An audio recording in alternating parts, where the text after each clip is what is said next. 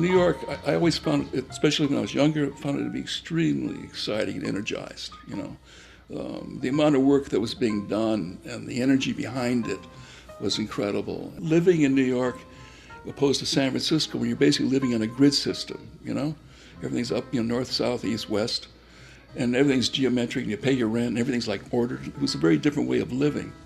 And it affected the art. And so the sculptors that were there and older than me, David Weinrib, Ronnie Blade, and there's a list of George Sugarman, von Schlegel, there's a whole group of sculptors who saw me as a younger sculptor and really helped me.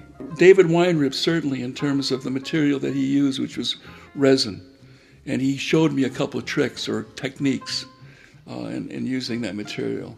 Particularly Mylar as a form. I could learn that from David. The older guys, especially some who made money, like Rauschenberg and people like that, they really employed us. They really helped us out economically. You know, they knew what it was like to pay the dues. So the older artists were very helpful. What knocked me out was the fact that these guys, they knew when to end a piece. For me, I was struggling with that because you could always change it. You always could change art. You can always keep editing, or you can always keep adding, or whatever. And I remember going to George Sugarman's show, and he had a one-person show, and he had this large yellow piece on one side of the gallery, and he had a large white piece on the other side of the gallery, both made out of steel, rather geometric in form. And I couldn't figure that fucking thing out. Like, why, and with this yellow one over here, this white one over here, all this space in the middle, I don't see how it's connected, you know. And I'm looking at it, and I went up to George, and I said, man, I don't get it. I said, those two pieces, those two elements, don't work together. And he says, yeah. He says, why should they?